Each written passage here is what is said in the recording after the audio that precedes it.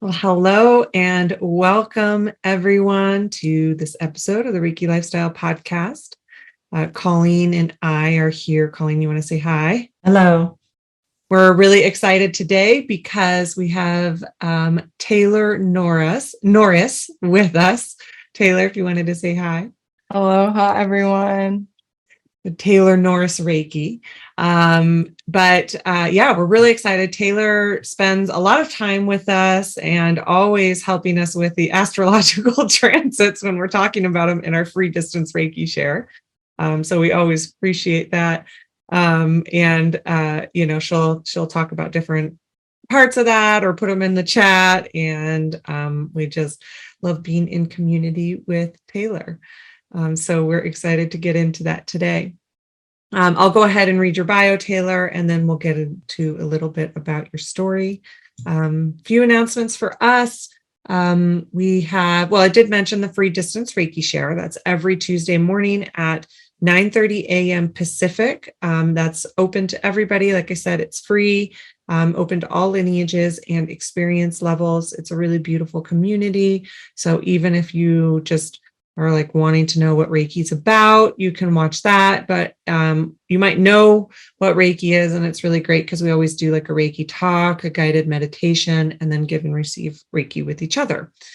So we do that. And then we have some classes coming up in August. We have our Animal Reiki 1 and 2 and Animal Reiki Master coming up in August. Those are online and with Colleen, myself, and Sue Strong, who are 3 of the 4 authors of the Animal Reiki course and manual.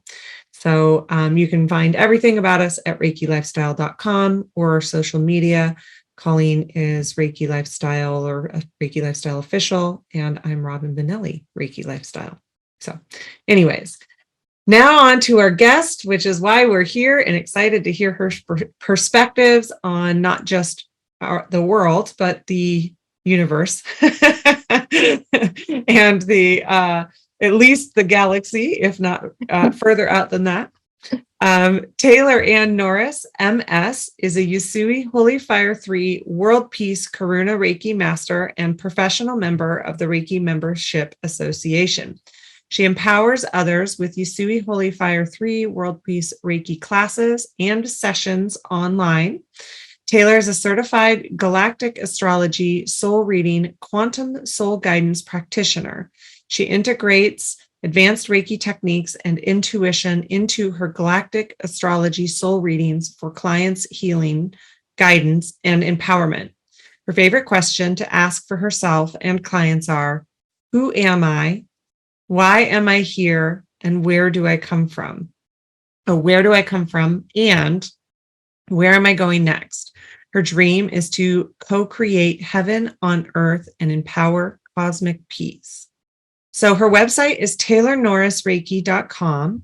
Email is taylornorris at Zoho Mail. Is that how you pronounce it? Yeah, Zoho with a Z. Yeah, a Z. ZOHO mail.com, which I'm sure is also on your website. So you can just find it at taylornorrisreiki.com or taylornorrisreiki.com. And then she has an Instagram, which is Taylor Norris Reiki, and a YouTube channel as well. And definitely go and follow her. She always is having videos up, just lots of information. We're friends on Instagram, and I just always appreciate Taylor's perspectives. And it's not just astrology, because obviously, like, you're a very experienced Reiki master teacher and practitioner, but it's also kind of how these transits, how all of this also applies to your life, how you can utilize Reiki or other spiritual healing modalities to, integrate them within your life too. And that's so much what I love about your social media, your message, all that you put out there, your teachings, is that it combines all of this. So it's not just like, oh, I have this information. It's a lot about how does this apply to me? Like you said, where do I go from here? Like some of those questions, that is always really helpful. So definitely go follow her social if you're not already. So anyway, Taylor. that's Taylor's introduction. Hi. Hi, aloha. I'm so happy to be here. So excited. I've listened to this podcast since my first Reiki training in 2019. And after the full immersion in Holy Fire Reiki 1 and 2, I was still so hungry for information and so happy to find the podcast and listen to it and be able to receive more information as I was driving from Louisiana back and forth to Arizona to actually do the in-person trainings. Yeah, because I pick my teachers carefully. What can I say? I'm always guided. So, yeah, I remember, I mean, this even shares a bit about, my personality style. I am so curious for information, really ravenous. And when I find something as resonant and profound as Reiki and now astrology, I just can't stop. There's no end to what can be discovered and uncovered. And what's also funny, listeners know that often there are invocations on these podcasts. I'll just quickly mention a funny story that I was, making this cross country or cross, state trip.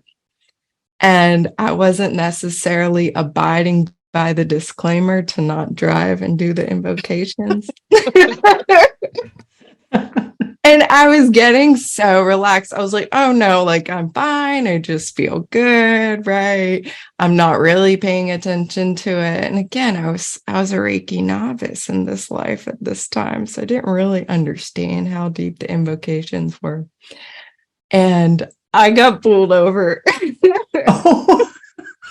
Driving while Reiki. Yeah, because I guess I wasn't using my blinker enough when I was changing lanes on the highway, because it wasn't like very many people and it was way out in the middle of nowhere. And again, I was so relaxed, and I was like so stunned that I was being pulled over, but then I saw how the situation looked, and I was like dressed in hippie clothes and all this stuff, and I was just like, oh my God, I seem like I'm on drugs or something, and I'm just on my Reiki high, and telling the officer, like, sir, like I'm sorry, I've been listening to these meditations and like I'm so relaxed right now.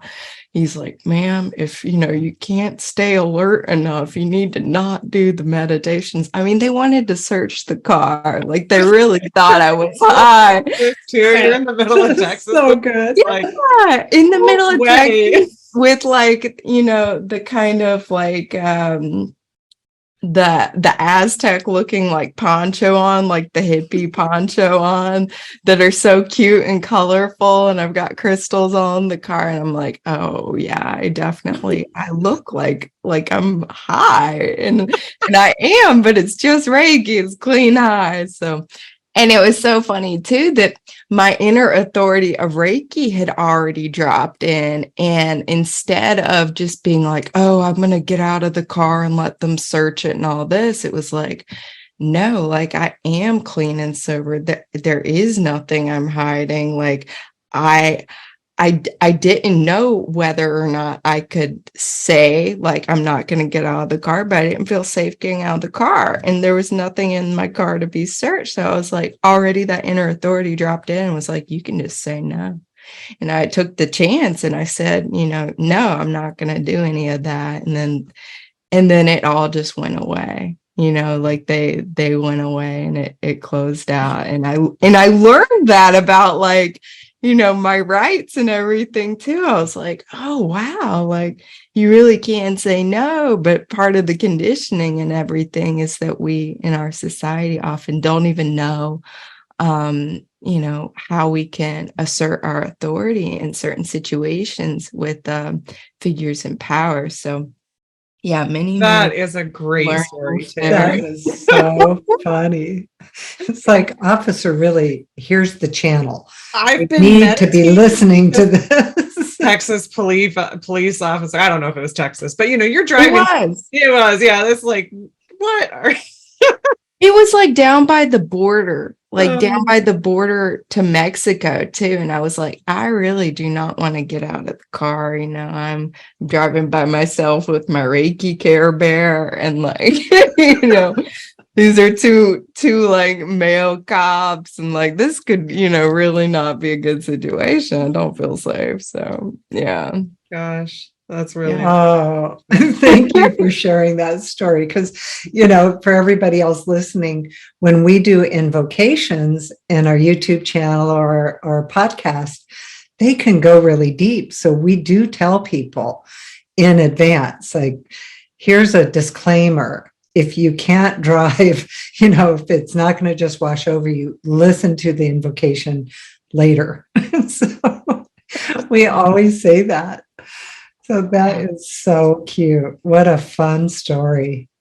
well, Oh, Taylor, that kind of, segues into, you got to tell us your history about Reiki, because you were driving from, you said Louisiana. So, right. And to Arizona for classes, or It were was you? the opposite. I was living in Arizona. I grew up in Louisiana and had known this teacher, and she had started offering the Reiki classes. And I knew finally it was my time because Reiki had been on my radar. I'd heard about it, but it wasn't lining up yet. I wasn't yet guided. And when I heard that she was starting to teach the classes, I was just at one of these transitional points that we get to in our lives where I was closing out one chapter of my spiritual path, and I had just had a very clear ending with it. It was within Tibetan Buddhism, and like this kind of Buddhism that was very shamanic as well, and that I took to a very deep level as well. Like I thought I was going to be a life monastic in this particular lineage and experimented with that for a little bit.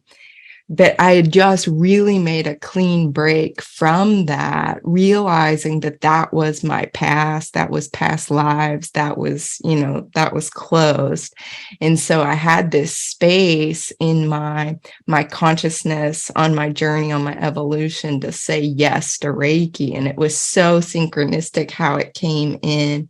And yeah, I said yes. And I did the drives, and the drives were very therapeutic. And in my first Reiki trainings, I mean, I was one of those students that had the really profound experiences, met my guides that I had been aware of as a small child. I met what I later learned to be brothers and sisters of the light, and they were presenting themselves as not even gendered version of that collective group consciousness that, yeah, it was just so profound. And like I said, the training for me felt like this is a soul remembering, like this is not a first time experience. This is only in this lifetime that this is a new thing.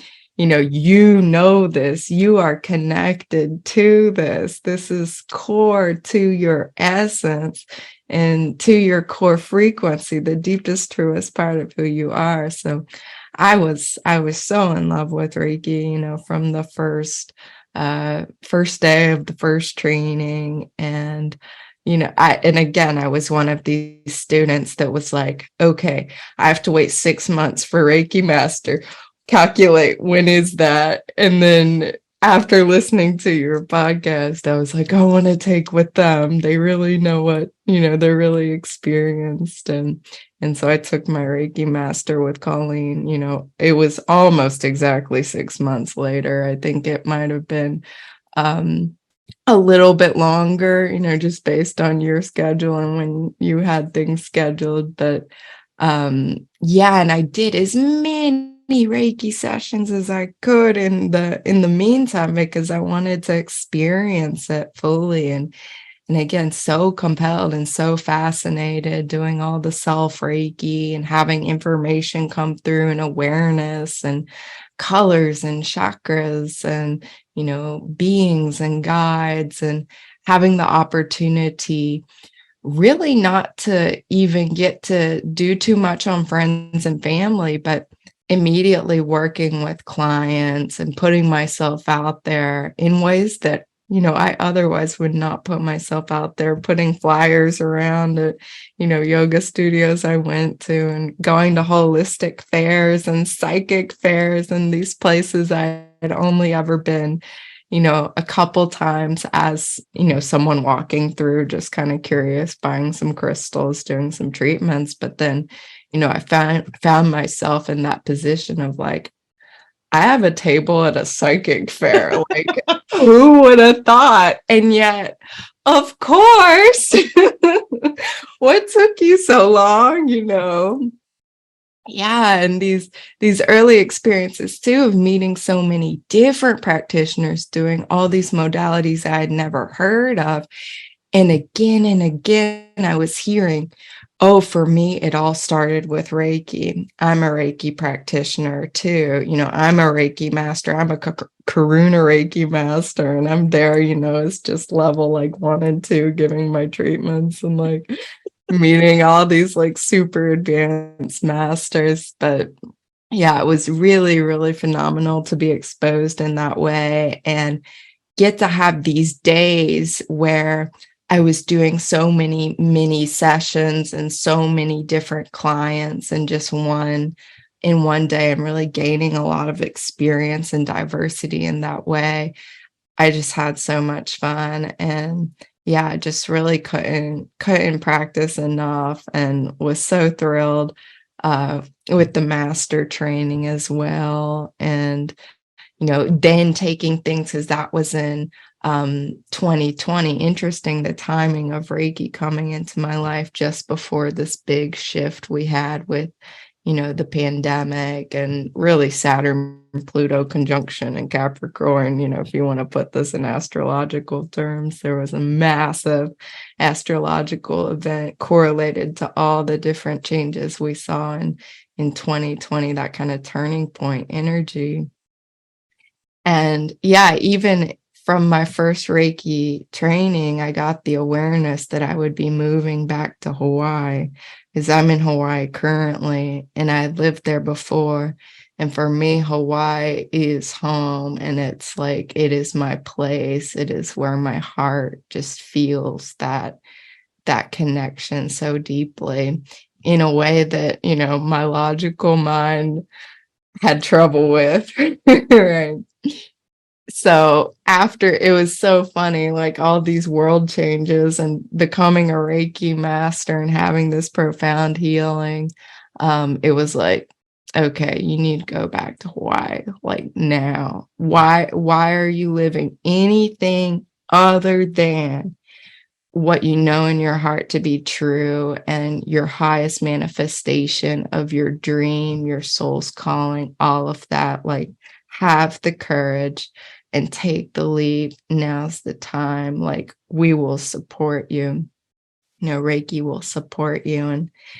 And that's what I did. And, it was really phenomenal journey after that, continuing with sessions with people, and, my own practice with all the different master techniques really up-leveled like the healing that I was receiving, the empowerment, and then also, working with the energy of the island and receiving additional symbols and, revelations and insights, and all of this really, really opening up that Reiki, by the end of 2020, we had that magnificent solstice, the winter solstice, December solstice, which was also coinciding with a Sagittarius eclipse, solar eclipse, that was right on my ascendant, and conjunct the galactic center, which is the center of the Milky Way galaxy.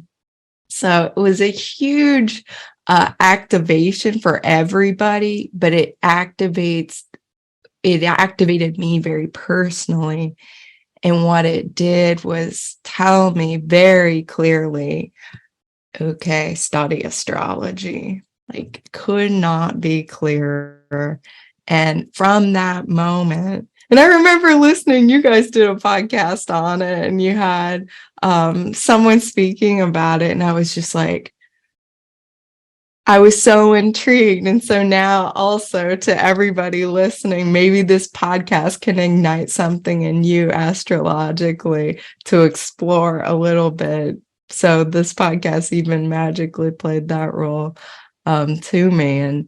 And yeah, Reiki was very compelling to go with the astrology. And I was as insatiable and thirsty for knowledge with that as I was the Reiki. And they were really, working together in phenomenal ways, really supporting my intuition and my inner guidance and everything that was opening up all of the, clair senses, understanding how Reiki works. And that's one thing also about me is like, I am a trusting person in one sense, but I also really like to have proof. And, like really have proof. And again, Reiki's been so patient with me in providing the validation and the levels and layers of proof and like correspondence of the realness and the tangibility of this energy and like really what it's about and what it's doing. And so astrology was one way I was starting to validate that and really come to understand how it was working. I was also guided in that time to go to South America and work with the plant medicines as well. And I didn't really know why. I was guided. That was a message I got in the master training, and that it was something it was time for me to explore. And I didn't know exactly, why Reiki was telling me to go there, but I went there.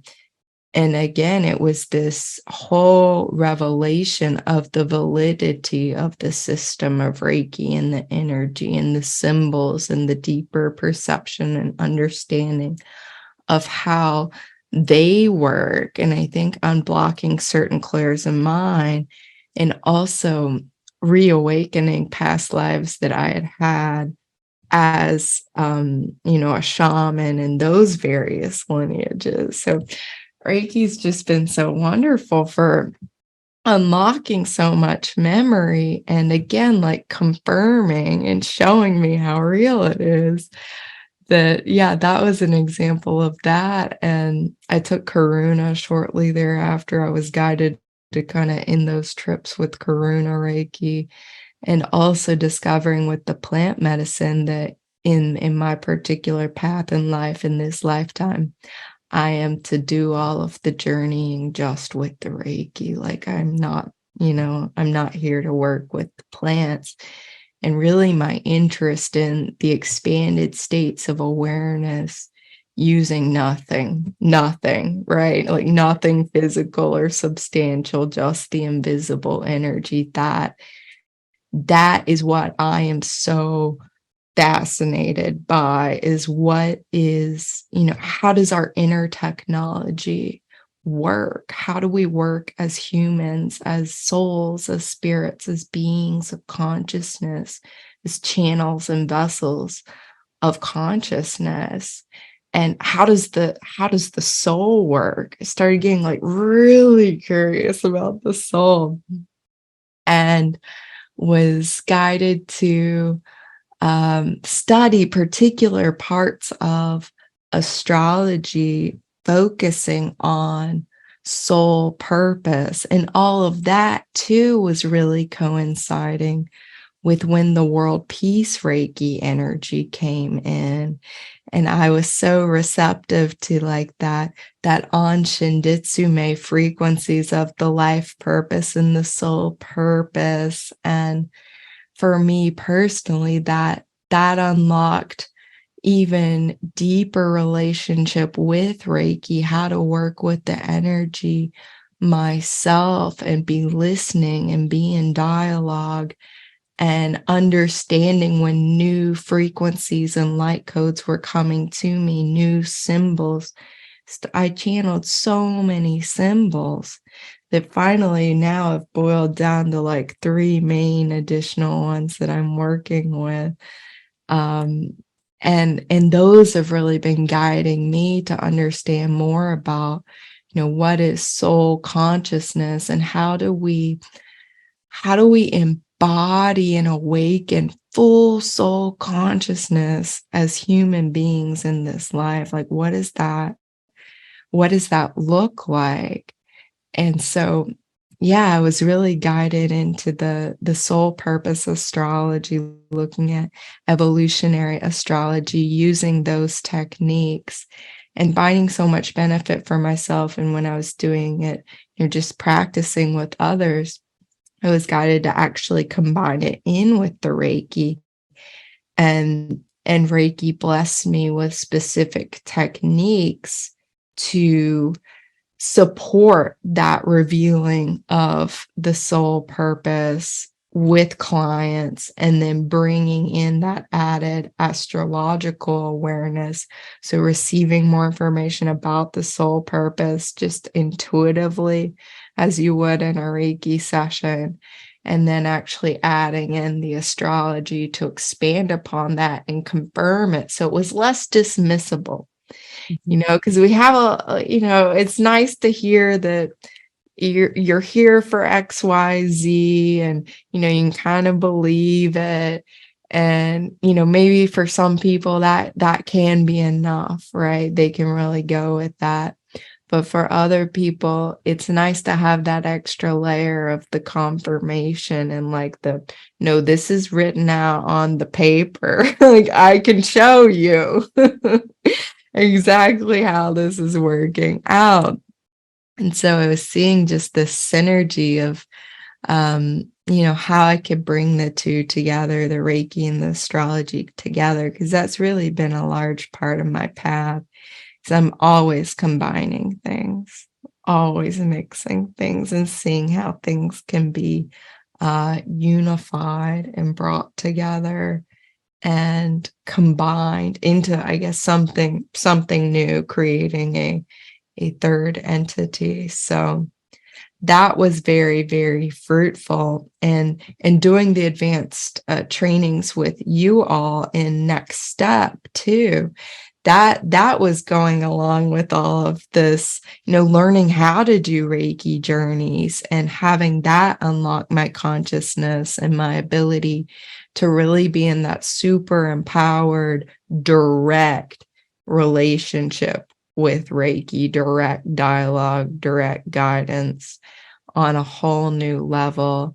And yeah, I'm a Leo sun. I have a lot of Leo placements. I'm very playful, and just was guided to like play with it, like play with journeys to like the different planets, right? Playing with doing journeys I was guided to host new moon Reiki shares too, new moon distant Reiki shares, and start doing specific journeys corresponding to the new moon and the full moon, and looking at, okay, what astrology sign is this new moon happening in? What astrology sign is this full moon happening in? What's the planetary ruler of this new moon or this full moon too? Because each sign has a different planetary ruler that it's in relationship with. And so, yeah, I was just having the best time, like, taking Reiki journey to Jupiter, to Uranus, because you can,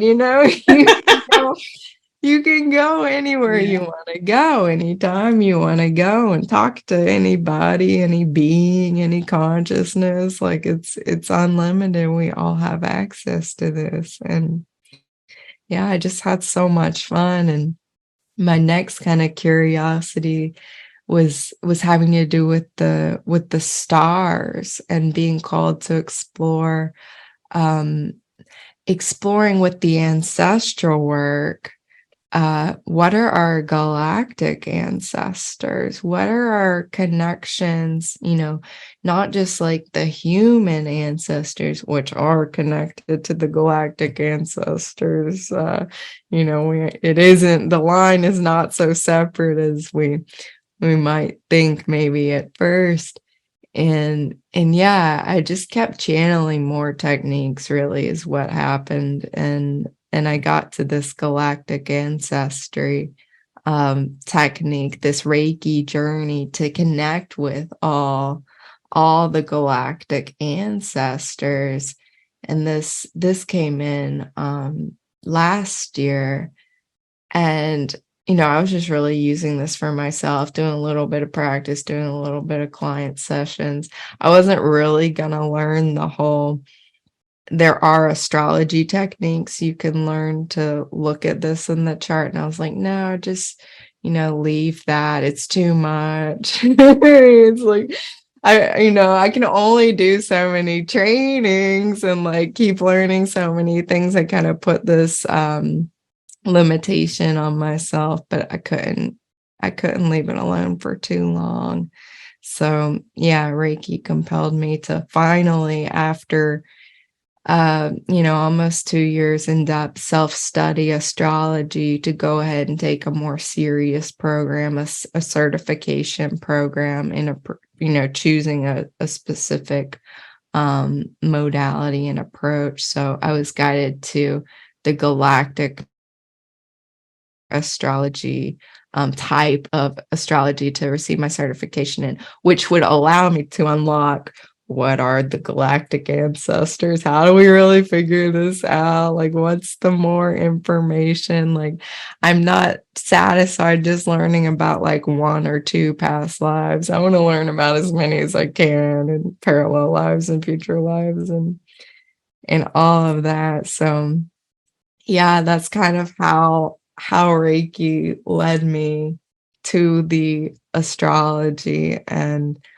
yeah, I haven't stopped being fascinated with either and how to combine either really, really since then. So Taylor, can you explain to the listeners just what even do you mean by galactic ancestors, galactic beings, who may not know what that means or who they are? Sure. So the astrology chart is looking at it's a snapshot of where were all the planets at the moment of your birth. And it's taking this picture, this idea of macrocosm relating to microcosm, that this principle of as above, so below, as within, so without. And we're getting all kinds of information, right, just about the human and the psyche and the soul, looking at a regular astrology chart. When we look at the galactic astrology chart, we're looking at the stars in the mix. Where are all those planets aligned to, not just with the sun and the earth in the context of the solar system? It still does have that context, that grounding, but it's looking at specific alignments to all the different star systems. So it's giving information that you may be connected to the Sirius star system.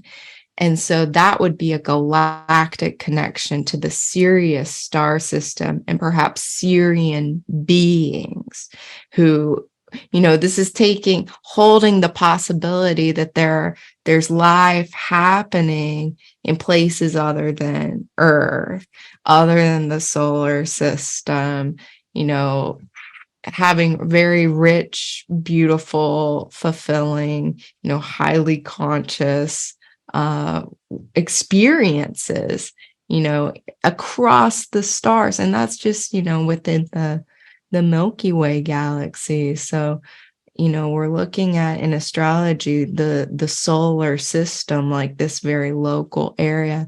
The galactic astrology is opening it up to farther out within the Milky Way galaxy, perhaps someone has soul connections to Andromeda constellation. It's looking at different constellations like the ancients did, right? Like the ancients knew their connections to, Sirius star or Orion's, the stars of Orion repeatedly come up, the ancients in Egypt aligning the pyramids with the stars of Orion, suggesting, some kind of galactic connections with Orion beings, Orion consciousness.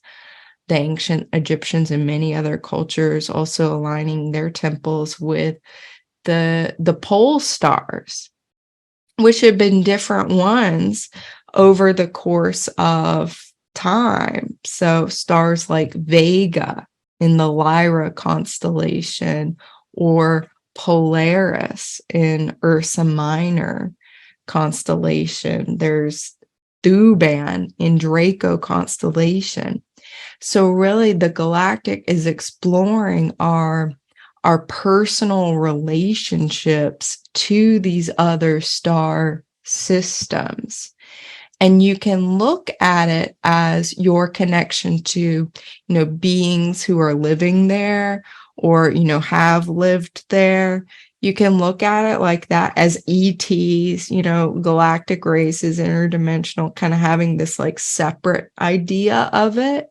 That can be one way to look at it. Like you might look at a spirit guide as kind of a separate being with its own consciousness and its own life and experiences on all of that. But increasingly, how I'm guided to be looking at these galactic beings and ancestors and descendants as really parallel aspects of myself, reflections and parts of my soul that are in these various places, because we're multidimensional. We're capable of, everything's happening now, right? And that's increasingly what I'm seeing when I do the type of readings that I'm doing, which integrate the Reiki and the astrology, that really we're at this point in time where we're really opening up to a more expanded sense of time and space, and a more expanded sense of, this beautiful question that Reiki helps us begin asking, like, who is my authentic self? And providing, the wonderful energetic support of revealing that authentic self. What I'm seeing Reiki do with the galactic work is revealing the authentic self from the cosmic perspective. So taking it, even farther out into the stars, essentially. But it's out, but it's also, it's all here. It's also, insignificant and miraculous. It's like all of these concepts that you think of us in one little human on one little planet. And it's really interesting, Taylor, that because I had this happen, and I almost wonder if it was like at a similar time frame, because how you've got that morphic resonance that happens, that it was in ancestral work in Reiki journeying, and I don't know if it was in class or elsewhere, but and it went into exactly what you're talking about, is like it went into my past lives, but maybe it was even a client. Anyway, it went into past lives, but it was like, but wait, I'm only considering the past lives here on Earth. And if we're all connected, we're all, and I don't even resonate really with, like, how people are like, no, I am a starseed. I don't necessarily have that knowing within me, not to say that I'm not, but I don't necessarily have that knowing. But what it went into, it's like, well, yeah, but you're only thinking of the possibilities here on Earth. And it's like just saying that we're only considering this one planet. And if you think about, like you said, the stars that have their own galaxy or own solar systems, right? That's the 9 planets. Like that, we don't know if there's, even a solar system connected to that star. And we, I know we think we know, but we don't. We can't actually see it, like with a telescope or whatever. And to say that there's like not life on those planets, right? I think a lot of us in this work have had confirmation that that's the case, that there's obviously like other life out there. How could there not be? But then it was like, well, yeah, but there's like, what if you were a human type being? I don't know, for lack of a better way to describe it, on an entirely different earth, like that is a possibility, because outside of this physicality, there's a consciousness that everything comes from, not just this planet, not just the 8 to 9, depending on how you want to describe it within the solar system, like that exists elsewhere, and that you could have been from a different planet completely. Yeah.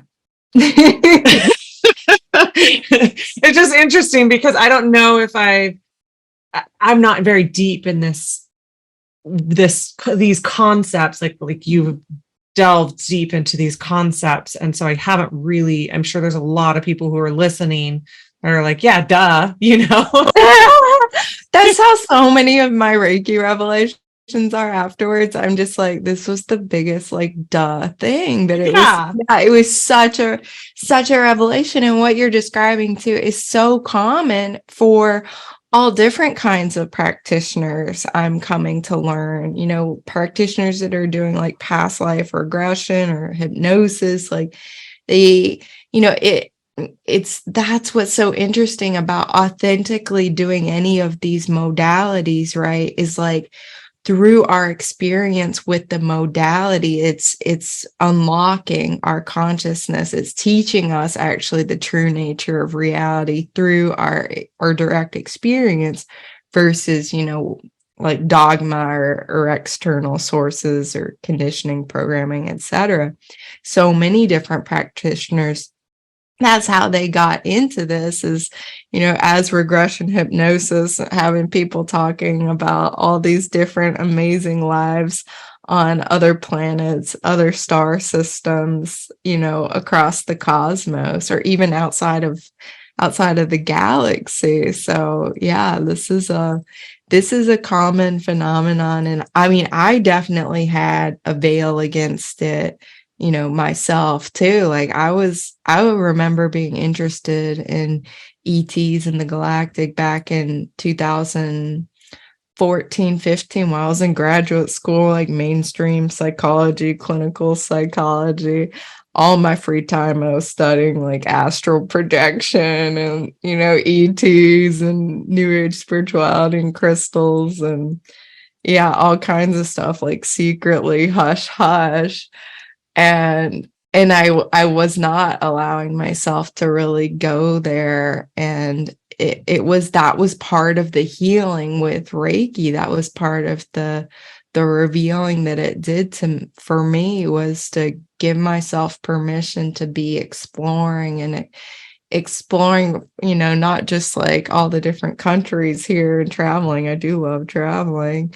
But really exploring consciousness more and exploring my connections. And I think also a lot of the healing, in the next step, advanced Reiki classes, and, coming to understand, like, we are given certain ideas about what the afterlife looks like, right? To like be scared of dead people, or be scared of entities, or those who have crossed over, the ghost stories, and having different experiences with with those myself that were scary, understanding that, and then healing through it, right? To understand that on the other side, all there is love. And all that was scary was my own projections based on programming and conditioning, and my own forgetting, the wounding and the trauma of forgetting that truth, that all there is love on the other side. That this whole other category of beings, these galactic beings, is kind of a similar setup to that, where any kind of perceived block to accessing them, or if there were experiences, that I might perceive or others might perceive as darker or scarier, very oftentimes it was just more of that fear projection onto them if something, did manage to get through. And, coming into the awareness that they are just mirrors in the same way that those on the other side might be mirrors of any kind of fear, trauma projections, conditioning programming we've been led to believe about, either group. So yeah, Reiki like really started letting me access all of that, and then not even considering it as something so separate, but really starting to open into this awareness that no, it's like part of me. It's part of my story. It's part of the one consciousness, it's part of this infinite energy. So, yeah. Yeah. Well, it's like you have the idea of, I've been human for a long time on this planet, but also is it that I haven't opened up to the possibility because I don't necessarily see the people that identify as star seeds, and I think, oh yeah, that makes so much sense, and I love that people are identifying that and finding a home in it, right? And because I didn't ever really feel that home in the same way that people do when they remember that knowing within themselves, I guess I just never realized that, oh no, that's possible for you too. Like this is ancient, the span of as how old the universe and consciousness is, like that's a lot of lifetimes. And like you said, it's also future and multidimensional, and it's a lot of lifetimes. And there's, there could be knowledge within that for me as well. And again, that opening to it. So it's really interesting realizations as we have on these podcasts about our own stuff. Well, I love it too, because it is an expansion of my awareness, and so much of my training and experiences with Indigenous people, and the belief in we come from the stars, and really the work with the stars. And as you're speaking, I'm really aware of, I agree with Robyn. I know I have been in this lineage of birth and rebirth and this ancestry for a long time. So I have a lot of memory in this, but I think I haven't really explored. I'm aware of the idea of exploring into the galactic realms from a consciousness level. But I also think for me, there has been like you say, there's been a certain level of block with it. I don't have a fear of it, but I think I have more of a fear. Like it's so interesting to kind of examine it, because I can talk about fairies. I can talk about, spirit guides. I can talk about other lifetimes. But then that part of like going out into the galactic realms, even though I have had many clients that I know are recently from those realms, it identifies, but I haven't really looked at it for myself. And of course, if our consciousness is infinite, yes, I have memories back to,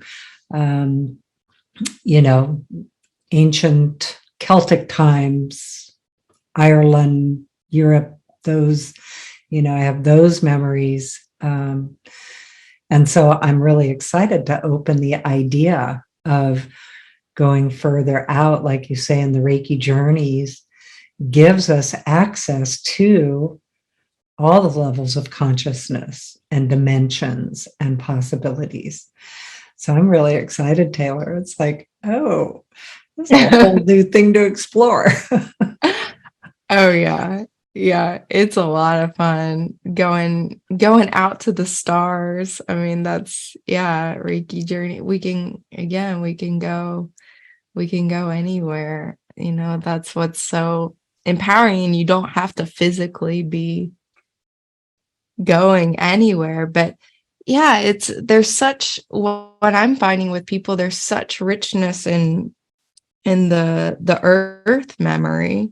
We have such richness there, but there's just always more to explore. And Reiki's been a wonderful tool to bring in that information and those connections. And like I said, I have my like triple layers of validation to check whatever Reiki's showing me. So it's not just, oh, this is fantastical information.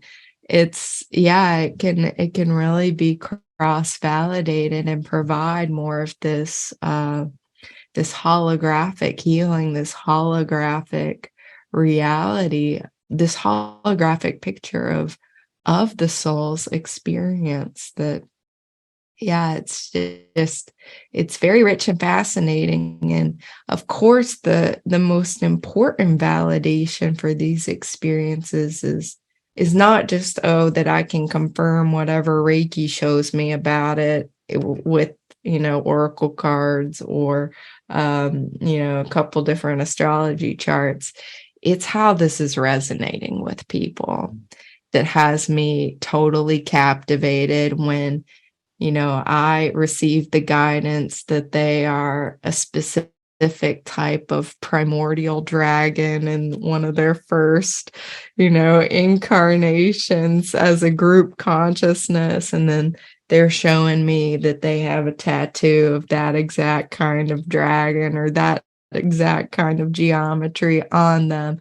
I mean, it's stunning. It's really, really stunning, because we do already know at some level a lot of these things. There's the cellular memory, or yeah, maybe it's even deeper than the consciousness memory. So yeah, I agree. Those in with your bio, the questions of who am I, why am I here, those questions I love to explore as well. And I love that the Reiki journey techniques allow us to explore that, because I was the same as you after Reiki. Like, how do I do more? Like, I want more, and that just, with anything that you choose to go, any path that you choose to go down. But for me personally, those are the questions that I love to explore, the meta questions. And then also, how does it apply to me? But those really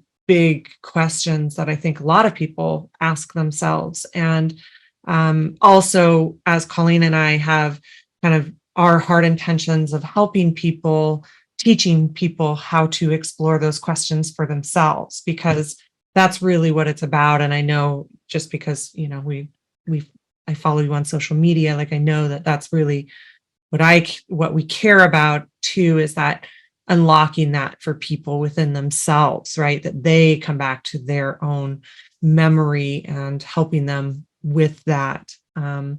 But I love that, because it's such a where I find myself most fascinated too. It's what is the place? So I'm also really curious about this cosmic astrology, because I don't think, or galactic, I'm not sure exactly even what you call it.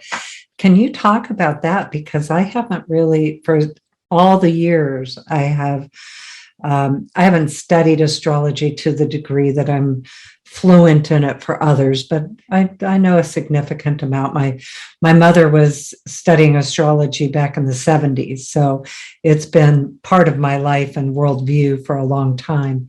So can you tell us about that? Like I say, I haven't even heard of that before. Well, it's relatively new. It's relatively cutting edge. It's fringe. It's it is a more fringe branch of astrology that, yeah, it's looking at, so my particular teacher that I've been drawn to was a quantum regression hypnotist working in Dolores Cannon's kind of paradigm. For those who may have heard of her, she did this QHHT. It's a very specific type of regression therapy that, you know, was facilitating for people all of these different memories. Like they were doing all the work themselves, just in this nice altered state of consciousness and remembering in their relaxation. And so she was this type of healing practitioner. And she started correlating, you know, all of these clients talking about galactic lifetimes, Earth, past lives, all of the information that was coming through. She was then looking at their astrology charts and seeing what are the correspondences here. Someone's talking about, you know, their human life on Earth during like the Lemurian times, like these ancient times on Earth, or Atlantean times, and where in the birth chart is that showing up? For example, oh, well, she had, you know, Saturn and Jupiter which are social planets in the birth chart, were aligned to certain fixed stars, suggesting that, you know, she was active on Earth during those times in an expansive or an authority type of capacity, maybe even as a human or as a being from Sirius. Just to, you know, use an example that maybe people have heard of that's more familiar, based on, you know, her Jupiter was in a conjunct alignment with the stars of Sirius. So she was making correspondences in thousands of client birth charts. And then also following in the trails of other galactic astrologers who are looking at these far out space objects, so beyond the orbit of Pluto. So Pluto we think of as being really far out. Its orbit around the sun is 248 years. It's a dwarf planet. It's very, very important to our, you know, human evolution, our group soul consciousness. You know, there were galactic astrologers and are galactic astrologers looking at dwarf planets and objects beyond Pluto's orbit, looking at the galactic center, the center of our Milky Way galaxy, where, you know, the sun is the center of the solar system, and the solar system is, you know, in this path around the galactic center at the center of the Milky Way galaxy. So that would be an object, a particular alignment you could look at in the chart using galactic astrology techniques.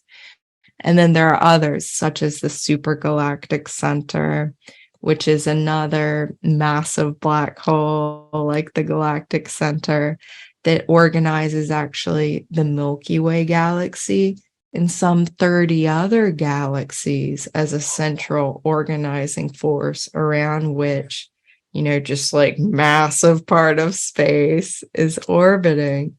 And there's, you know, on and on and on. So looking at, well, where do those, you know, points or locations in space, like how do we map them in our zodiac? And then how are, you know, the individual people aligning with these different cosmic points? And what does that mean? Of course, that being the most important part, right? What did these alignments mean on a personal level and on a more collective, you know, in the context of Earth and humanity? What does it mean for us, how these alignments are, and how the transiting planets, because they are also connecting us. So the transiting planets of, like, right now we're on Earth, and Jupiter's going through the sign of Taurus, and there's a connection there. Jupiter can give us a portal to whatever Taurian planets and stars are being aligned with. Pluto and Aquarius is going to give us this portal and connection to different stars based on where it is in the sky, the sun and the moon. So we're just in this constant cosmic dance, and it's possible to really focus it down again to that moment of birth, to the individual, and look at the psychological and the soul dynamics based on those alignments. So it's more than just telling you your sun is in Sagittarius. It's, seeing that sun in Sagittarius is conjunct the galactic center. And what does that mean about you? Or your Chiron in Cancer is conjunct Sirius A in Sirius constellation. And what does that mean about you? What does that mean about you in terms of past lives? And how does it affect your current life? If so, because certain things are affecting us more so at different times.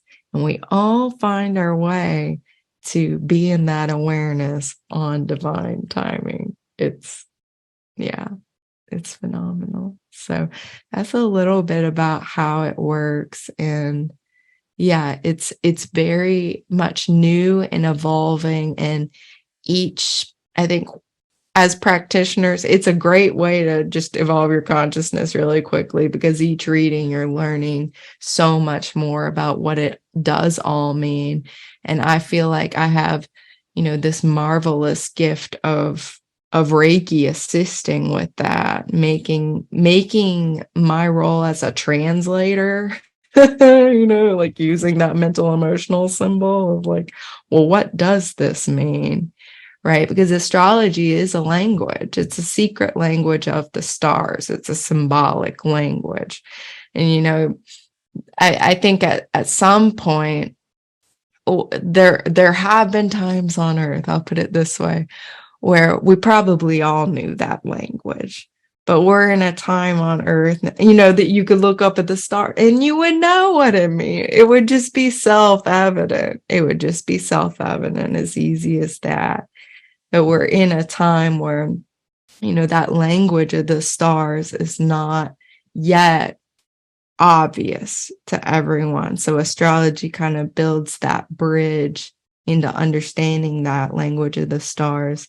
And for me, Reiki helped it, integrate in a lot faster, really just remember it. And then it gives me a way then to translate it and communicate it to individuals to help them remember, regardless of how much astrological knowledge they have. It's that sweet spot of finding a way to communicate the core meanings to someone. So it's what information they need to know right now. It's not just a recreational, like, let's just say what all the past lives were, unless that's the intention of the reading, which there's no problem for, someone interested in just that for fun. That's totally cool too.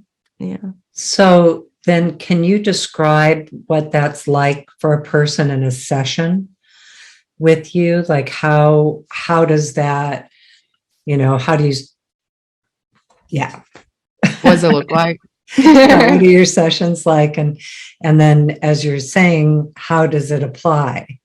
Yeah. So can you kind of talk about that?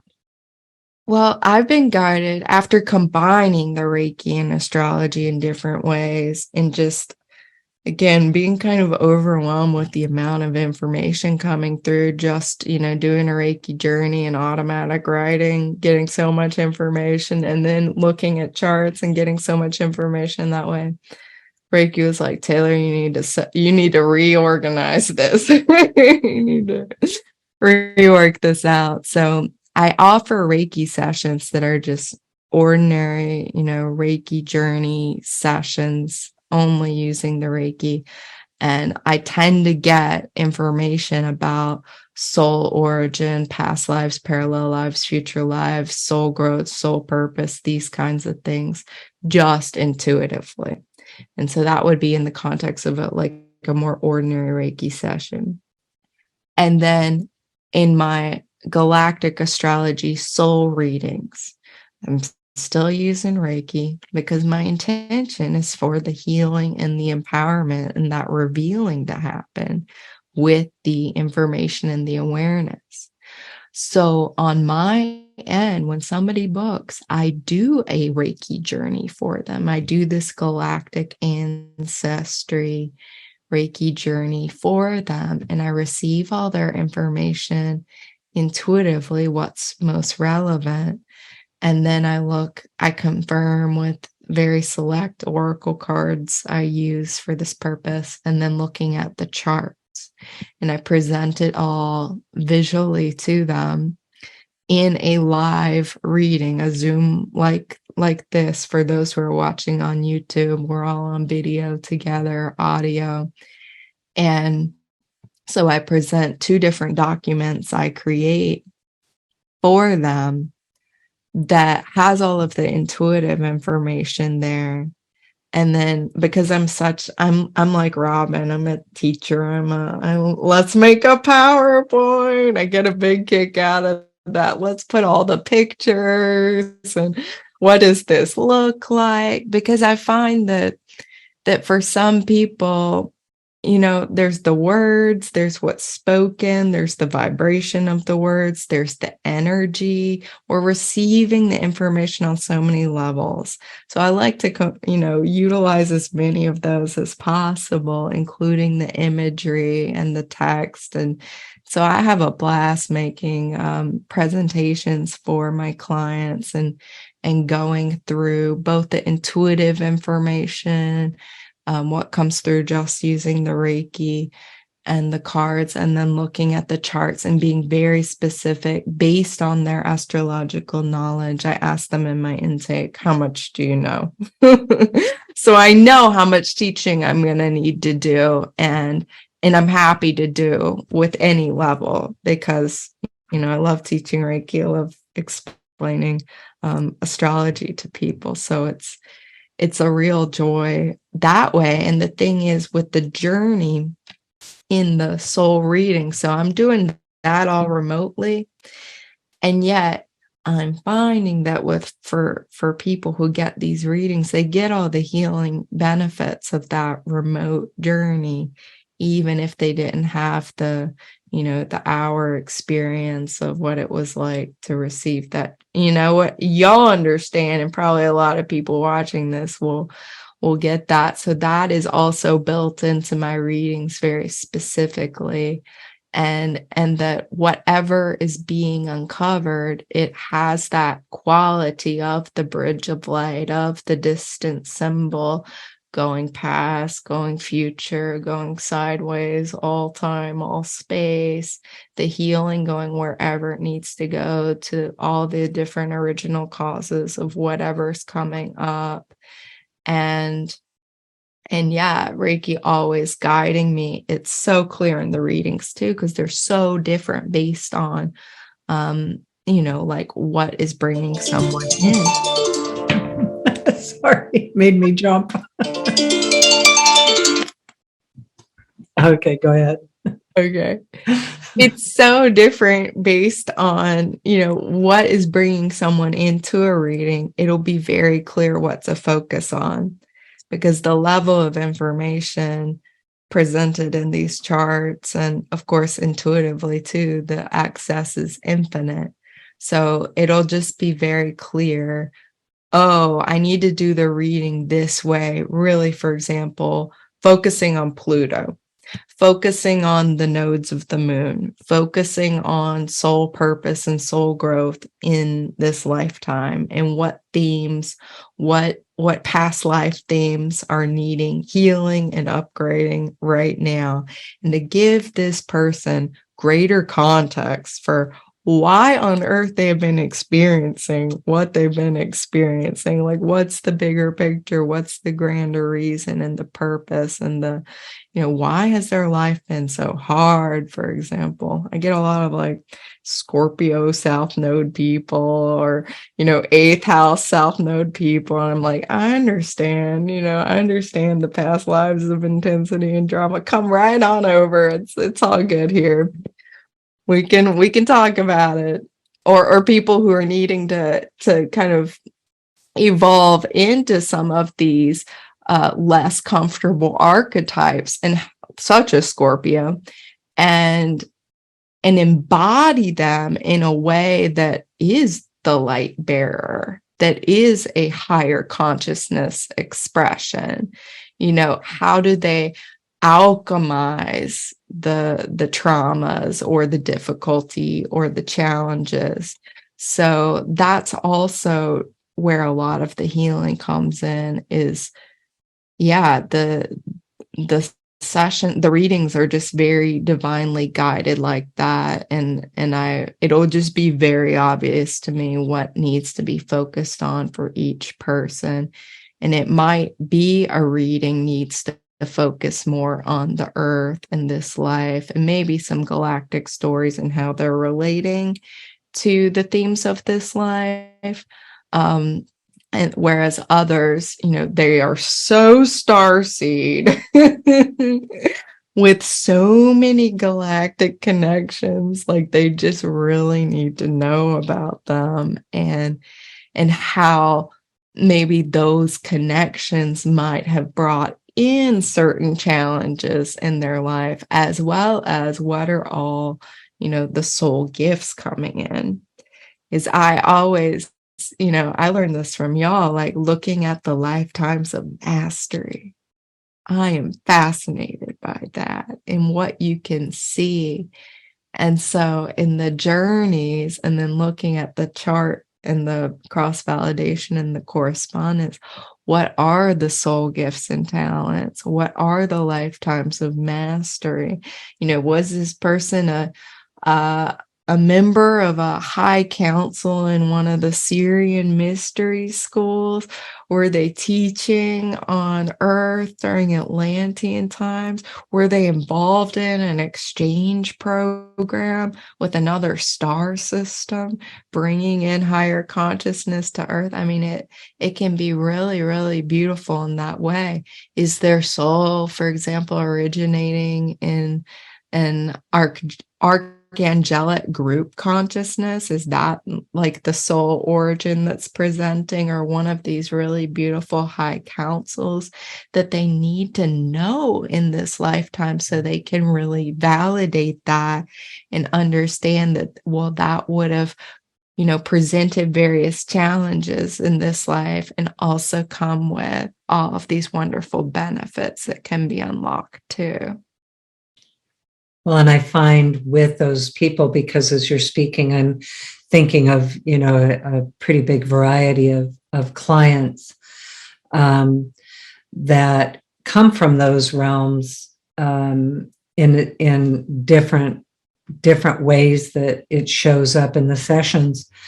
And it is so helpful for them to understand, because they often feel so different from the collective of humanity, and know there's a difference in the challenges of feeling different, or a sense of not belonging. That, sometimes when I've said, oh, you've recently come from the angelic realms, and 100% of the time they will say, oh, that makes so much sense.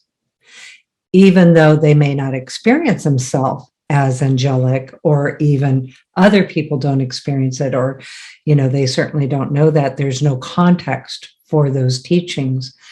But I'm thinking of a particular client who, for the longest time in the sessions, always showed up about him coming from the galactic realms, and places where there was no free will. Everything just was. Like you could manifest, you could do anything, and everything was instant manifestation.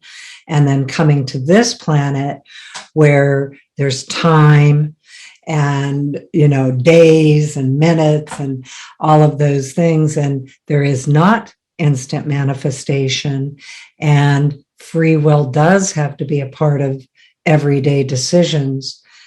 And it's such a primitive planet for him. Like, it's so like, oh my gosh, it'd be like us going to a place where they've never invented the wheel.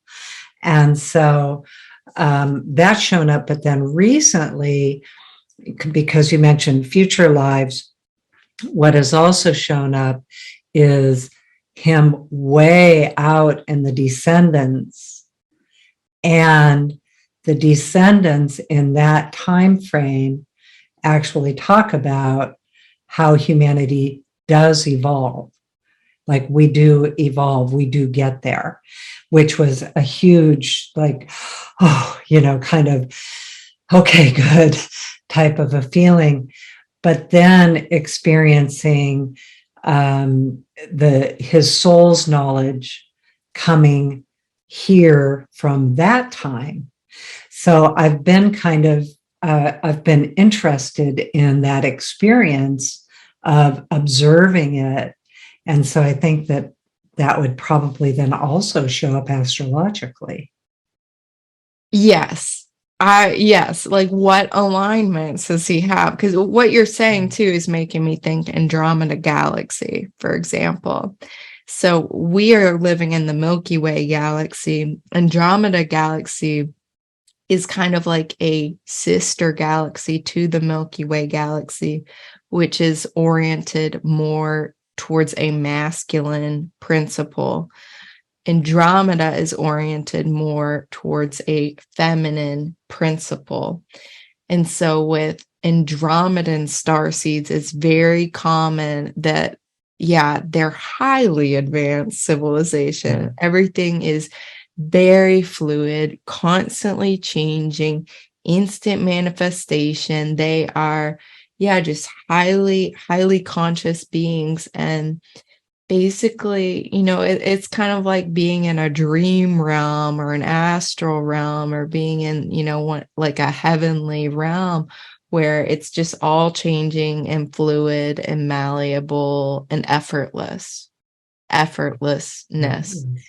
And it's anchored in that love and cosmic laws, and they've mastered space travel, for example, very much so, to the point where they, depending on what timeline you're really tapping into, there are future timelines of Andromeda where they're not even really in the galaxy, like they are traveling on these just very advanced spaceships that you can't even, it's like not even a spaceship at this point, because it's so nice and wonderful. It's like its own world, its own planet. It's everything they need with the flora and the fauna and just very advanced technology, because of not how, computationally intelligent they were, or linear thinking way they were, but because of their level of consciousness and inner technological, more feminine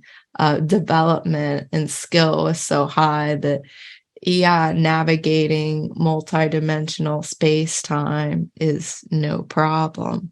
Whereas to a species like, humans on Earth, this would be like a disaster. We get lost. We're trying to use radio waves and light years and things that just like, it's like elementary school here, like you're saying, very primitive caveman, like how we're thinking about these things still in more like the mainstream. But even what I'm exposing myself to as I open my consciousness more of the quantum physics and the quantum mechanics and the field theory and all of these things that actually scientists are really making a lot of breakthrough and a lot of connections to, what we're observing in the more spiritual realms and spiritual circles and spiritual practitioners. So hopefully it's seeming like, based on the descendants and our contact with future lives and future selves, that the bridge is definitely being made, and we're each playing our unique role in creating that bridge between the spirituality and the science and the masculine, the feminine, all these different dualities and polarities. Yeah.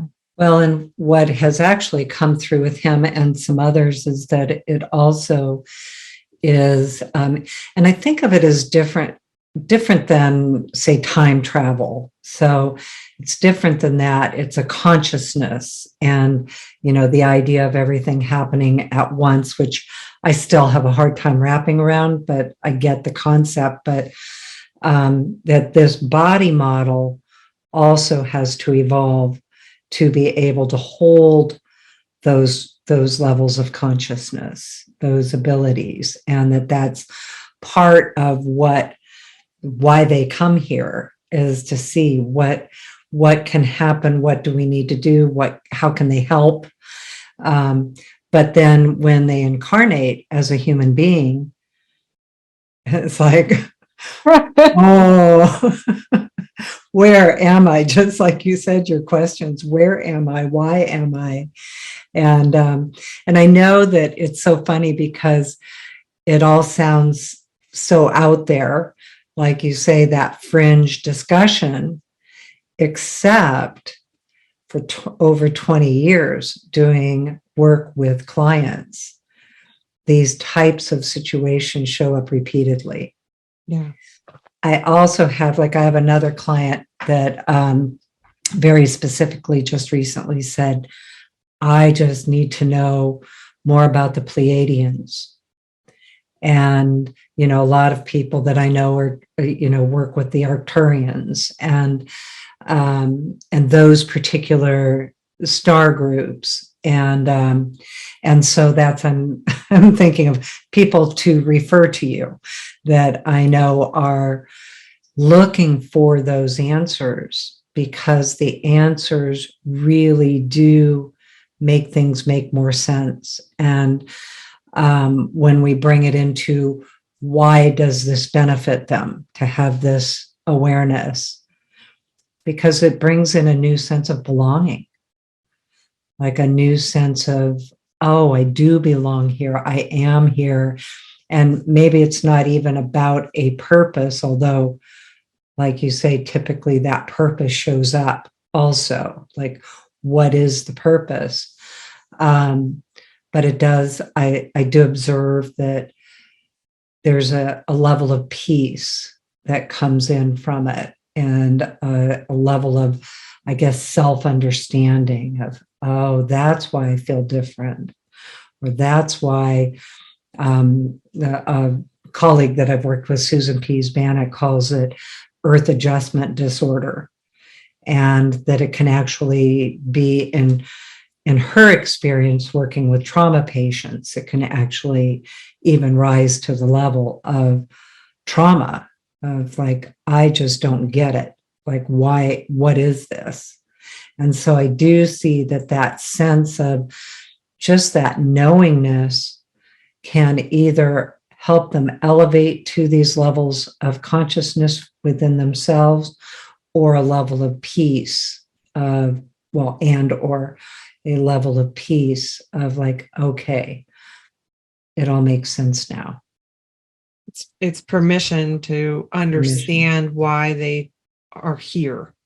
Yeah. It's like, oh, okay, so there's a reason that I came here and I don't understand it, and I'm connected, and why I'm connected so far out or different, differently to what a lot of humanity is.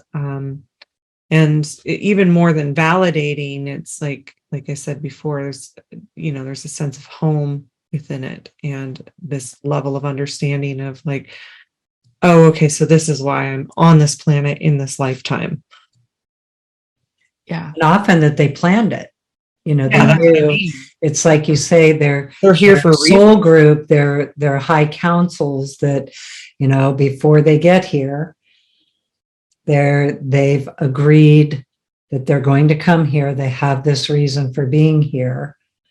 They're council members. And recently, this specifically, the one that talked about being Pleiadian, just was channeling one day and talking about the enlightened beings of the heart. Oh. And so we were like, okay, that was a new term just coming in that way, the way she said it, and asking, who are they? And that they are those beings that you are with in between the lifetimes that are your soul family that are here with you. But one of the things they've explained is the same way we've forgotten here who we really are. When you're there, they forget the level of forgetting when you come here. Like you can't, in that state of consciousness, you can't comprehend what this life is like to truly forget. Even though they may know, just like we know, but the remembering of it there. And so when they get here, it's, you know, even sometimes you even see it in babies, like, oh, where, oh, you know, and you see them. Yeah, I have some babies in my world that I remember that, seeing their faces like, oh, okay. Yeah, those veils are dense. And yeah, I agree fully that when we're elsewhere, you know, or our consciousness is, our gravity is oriented elsewhere, that it's impossible to imagine just how powerful the veils are here, for sure. Yeah. And that's how and why it's so rewarding and fulfilling as they are healed and removed and revealed. I think that sweetness too cannot be comprehended, you know, when you're incarnated as a Pleiadian being or what have you. But yeah, I find it really synchronistic. You mentioned the Pleiadians because our last new moon was aligned with the Pleiadians. And I've also had a lot of people coming in around this time with the Pleiadian connection being highlighted. And that's what I'll see a lot in the readings, is if say the new moon or the eclipses or whatever kinds of transits we're going through right now are making certain alignments, like those people come in and need to hear about that, then it's almost like, you know, those beings have a message to communicate too. And they're like calling in all the human members of their soul group to choose to have the reading then, or choose to have the Reiki session then, choose to engage in the remembering in that moment where, you know, the veil, again, to mention the veil, is maybe the thinnest, and the contact, the alignment is the most direct and optimal. Because I agree with you, Colleen, that our biology, our physicality is having to make changes to accommodate the consciousness changes that are happening. And it seems like no matter, you know, where you focus on, there are signs and correlates that is indeed happening, you know, very much so, whether you're looking at the epigenetics or the third stranded DNA or all these different things that are changing to facilitate this embodied integration of this. And evolution. Mm-hmm. And evolution of and I think that that's also why we're in this kind of time of clash where, you know, the old and the new beginnings are are already here, but the old endings are not complete. And so, I mean, at least that's been my way of kind of navigating and trying to understand, the kind of the current time that we're in as we are in this new beginning. And I'd like to ask you also another clarification, because I had never realized this before, but I was listening to another astrologer who was talking about the age of Aquarius, and what that meant is that our solar system was in the sign of Aquarius for 2,000 years. And then the solar system in 2012 moved into this, or the other way around. It was in the sign of Pisces for 2,000 years, and then moved into the solar system itself, moved into the sign of Aquarius. And that's what has been meant by the age of Aquarius. And growing up in the 60s and 70s, the age of Aquarius was such a huge statement and song, but I never understood how that worked. So is that your understanding of what that shift in the age is? Yeah, I find this to be a very fascinating topic, endlessly fascinating, and hard to get very specific dates, pinning this down exactly what it is. But what you described is the sense of it, that there is this phenomenon called the precession of the equinox, where at the spring equinox, so the March equinox, there's a sign that's rising on the horizon. And so the last sign, we're transitioning between it being Pisces that's rising on the horizon at that moment every year, to now it being Aquarius. And it's every 72 years, it shifts a degree. So it's really, really slow. It's a 26,000 year cycle to make it through the entire zodiac wheel, all 360 degrees of all 12 signs. So it's a 26,000 year cycle, and it has to do possibly, most likely, with the orbit of the solar system around the galactic center. So it's journey around the Milky Way galaxy. And it corresponds with this remembering, this ascending arc of evolution that we're on, and then the descending arc of evolution that we're on. So you can kind of subdivide that 26,000 year cycle into, two halves, one of which being an ascending arc, like we're in now, we're awakening, we're remembering, we're coming back into wholeness and oneness, and a descending arc of consciousness where we're forgetting.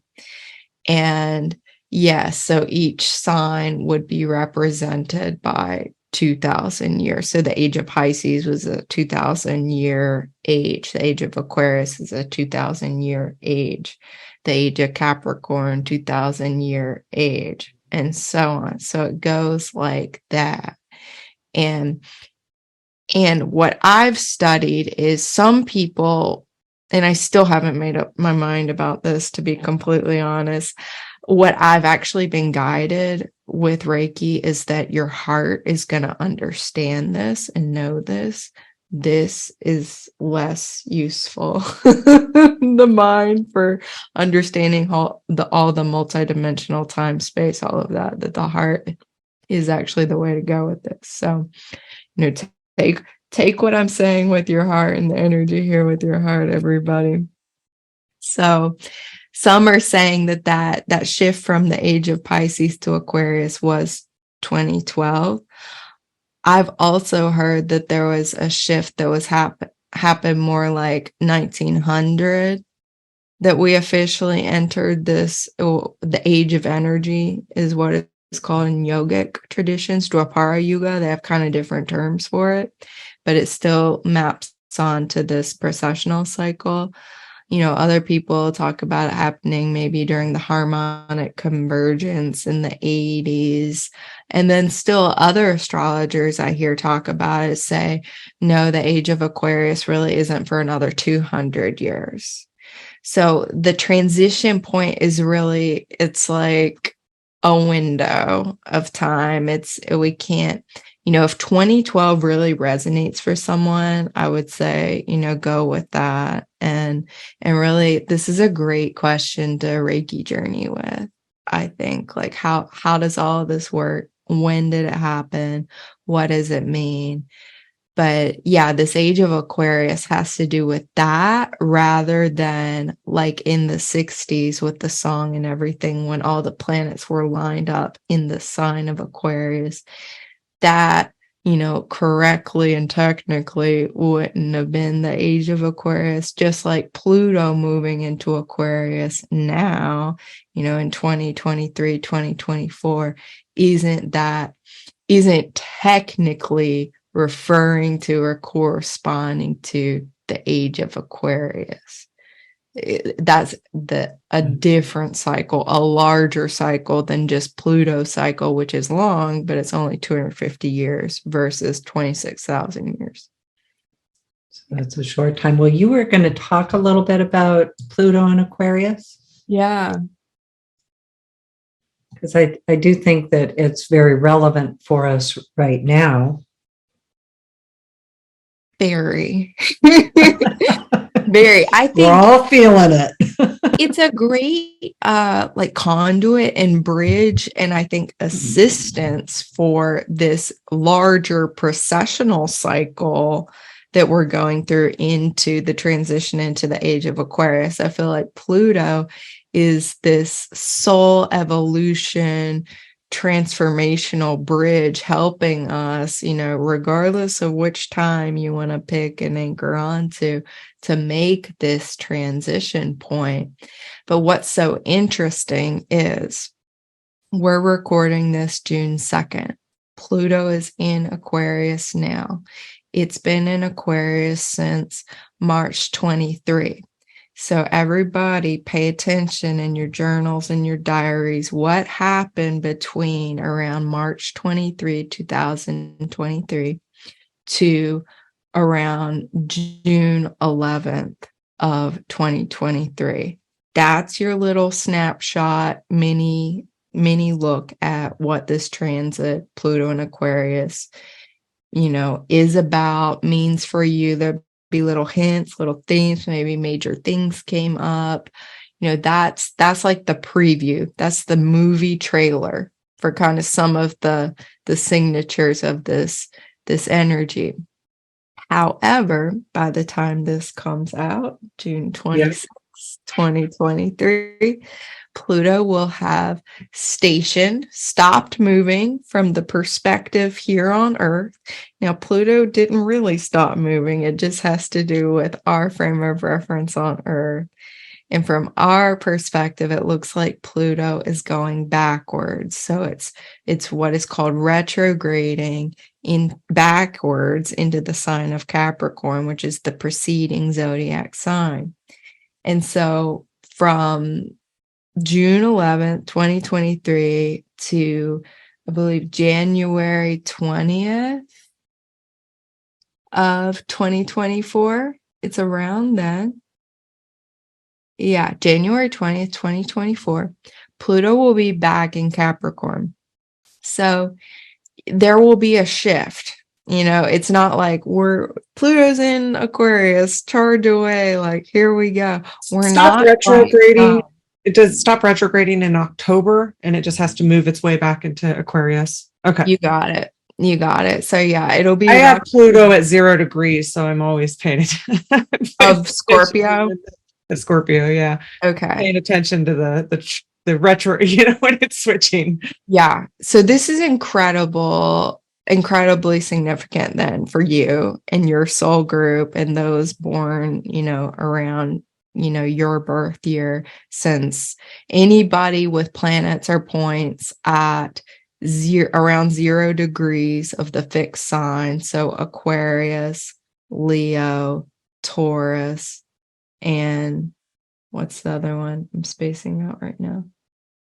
What'd you say? Aquarius, Taurus, Leo, Taurus, Scorpio. Duh. Yeah, the fourth one. So anybody with planets or points there, this is very significant. So if you know your birth chart, you can know, or if in your life like big things are happening, it will be really obvious too. And also if you know you have planets or points in those last degrees of the cardinal signs, Aries, Cancer, Libra, and Capricorn, this transit will be major to you, the ending degrees, so 27 to like 29. But what it means for everybody is that, we're in this transition away from the Capricornian energies that Pluto is bringing up, because when Pluto's in a sign, it's airing the dirty laundry. It's revealing everything. It has to do with bringing to light that which has been hidden, that which has been, not in the light of awareness just yet. It's revealing like corruption. It's showing you, personally in your life, maybe what needs to leave, what needs to be let go of, what may need to just die and like clean cut, clear it out, release it, let it go entirely. And so that there's space for this rebirth to happen. So we may see in particular this next 6 months or so, the latter part of 2023, a lot of completions and endings in our lives, old cycles that we just can't take with us, old energies and patterns that don't have the space in this new Aquarian energy. So there could be significant endings like that. And a harvesting of what do we need to bring forward, what forms and structures are important so that we can give form and structure and coherence to this new, more egalitarian, community-based, equality-based, sharing resources, humanitarian way of coming together that Aquarius is asking us to step into. But it will be a bit of a dance, just the rest of this year. In 2024, we'll get Pluto back in Aquarius from January until like around September. It'll go back into Capricorn one more time for a few months, and then finally really move in November, end of November 2024. So this really is, these next 2 years, very, very transitional time period. And what's interesting too is I mentioned earlier the ruling planets of signs. So when Pluto goes back in Capricorn, the ruling planet of Capricorn is Saturn. So we can look at what is Saturn doing right now. Saturn is in the sign of Pisces, and Pisces has everything to do about letting go and releasing and forgiving and compassion and finding love and, expanding our perception into the oneness, into the unity. So I think it's like time to get serious about your healing, kind of, since it's Saturn, and Saturn can be like the father and the teacher and the mentor. And I mean, I love Saturn personally, but Saturn in Pisces is really guiding us through this like practical step by step. Let's do the healing work. Let's do the releasing. Let's come into unity consciousness. Like, y'all can do it. Time to let it go. And I think that is such a beautiful support that we have through this transition. And yeah, then the ruler of that Pluto and Aquarius, you can actually still look at Saturn, because the ancient ruler of Aquarius is Saturn. Okay. So in that way, Saturn really is facilitating both energies being onboarded. And we can also look to the ruler of the sign of Aquarius, which is Uranus, that's been in the sign of Taurus, ruled by Venus, a more feminine energy that's saying, okay, let's come into our bodies. We remember all this technology and everything, Aquarius, the mind. This is really wonderful, but what does the body need? What does the earth need? How do we ground this? How do we make this practical? How do we incorporate the feminine principle? So it's very dynamic and supported, and I think very important for us to remember to ground, right? And to be supported and to be in our bodies, and to realize the body can be on a slower time frame with this transition than everything else might be, and to accommodate that and, be compassionate about that, as well as understanding. I think Saturn in Pisces is really asking us to be okay with uncertainty, be okay with being confused sometimes too, being okay with it being a little messy middle, a little bit foggy, a little bit, I'm not really sure yet.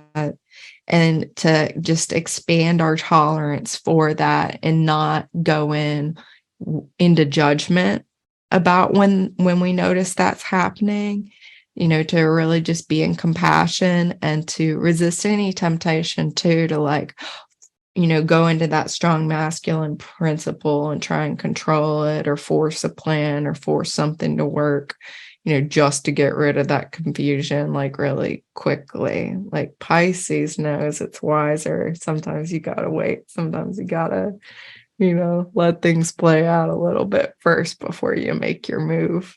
You don't know, divine flow, what might be flowing your way that you could otherwise block if you didn't trust it. Interesting. Yeah, that was the word that I was going to say, is trust. Well, I love the idea of what you just said, also to apply to self, but also to apply to others, like in our relationships or people close to us, if they feel fuzzy or, not quite like productive or in action or following the plan, to also be patient with others as well. Yeah, it's a good reminder. Exactly. Self. Well, it's like, this is the cosmic soup we're in, it's like, I remember in my early studies of astrology, I was, like I said, coming from plant medicine experiences while I was studying all of this astrology in depth. And I really just saw the planets as these shamans, and they were kind of creating this plant medicine soup that we're in. And so to realize the context of oh, this is what everybody's on right now. Everybody is under the influence of these energies, and how it expresses for everybody is different, is unique. It depends on, their level of consciousness, where they're at, their free will. It also depends on things like the natal chart and what are their specific circumstances. How are they working with those circumstances? But it can be really nice to know, okay, what are these overall influences that we're all experiencing? And yes, how can I apply that to myself and others, and just understand we are all in this together. Everybody here is experiencing this. We're just expressing it and working with it in different ways, either consciously, unconsciously, somewhere in between. Yeah, at a high, beautiful level, at maybe a more messy level, sometimes vacillating, Yeah. Well, Taylor, we could talk forever. So super excited about our conversation. I just want to share again. So for you, just kind of finish up with what your services are, what you are teaching, things like that, so people can, and of course we'll put your information in the show notes, but also, your website information, etc. Yeah. So let me get my list. Okay, do. Yeah. I wrote it down because I tend to always forget. Well, we do too. These moments, right? Yeah. Yeah. If it's not written down, Gemini moon, like I like lists. So every month I offer a free distant Reiki share on the new moon. So it's always scheduled like that because it's a very potent time to set an intention, come together. Let's take a Reiki journey, and I will guide us through the current cosmic energies and be together and circle together. And this is free. This is on my website, taylornorrisreiki.com, on the events page. You're welcome to sign up there. Also, I have Reiki 1-2 Master Karuna classes that I teach online. You can also find that on the events page of my website, taylornorrisreiki.com. And then I'm also offering Reiki sessions and these Galactic Astrology soul readings all the time online, connecting with people all around the world who continue to just be encounters of soul family more than anything else. I feel such a strong resonance and connection to everybody I'm guided to work with and everyone who's guided to work with me. So I love these sessions. I love these readings so much. And, you can do everything, book through the website. You're welcome to send me an email, ask any questions, taylornorris@zohomail.com. Yeah, so that's all. Oh my gosh. I have truly learned so much today. Thank you. I'm really fascinated, and I'm actually so excited about really expanding my awareness to and my consciousness, because I think I've been so I'm very connected to my cellular memory and kind of soul's memory in this and on the earth. I haven't really gone beyond that, just because I think I have been here a lot in this context and in this particular lineage, that I've been here a lot. But obviously it would go beyond just existence here if I believe in an infinite spirit and infinite consciousness. So I'm really excited to look at that. I love hearing that. I know, it's really fun. It's like, oh, good, and a whole other thing to explore. Oh, yeah. Well, what's interesting too is that we are doing in our 12 Heavens class this month, which Taylor is also a part of. We're doing the 6th heaven, 6th level of consciousness, and I believe that this actually has a lot to do with that class. So I also want to say that out loud, Colleen, as we're continually listening to the curriculum, but this creation aspect of all of this on a larger picture, I think it will be also, it's coming in divinely timed for a reason, is what I'm kind of also hearing right now. So it'll be interesting to see how that all manifests. Well, thank you, Taylor. Yeah, I know, right? We're like, ooh. Yeah. It's like, continual exploration. It's so much fun. Yeah. So, all right. Well, Taylor, thank you so much. Taylor Norris Reiki. And then Colleen and I, you can find at reikilifestyle.com. Well, thank you, everyone. And again, thank you so much, Taylor. Really great conversation. So much fun. My pleasure. Mahalo. Aloha, everybody. So much love. Oh, so nice. Well, and you were talking about being so called back to Hawaii. And I was thinking at the time that, Holy Fire Reiki came through and, through in Hawaii. So, yeah. It's here. It's very deep here. It's very here. The fire of the volcanoes, Pele. Like, it is so here. I love it. All right. Well, thank you, everyone, so much. Until next time.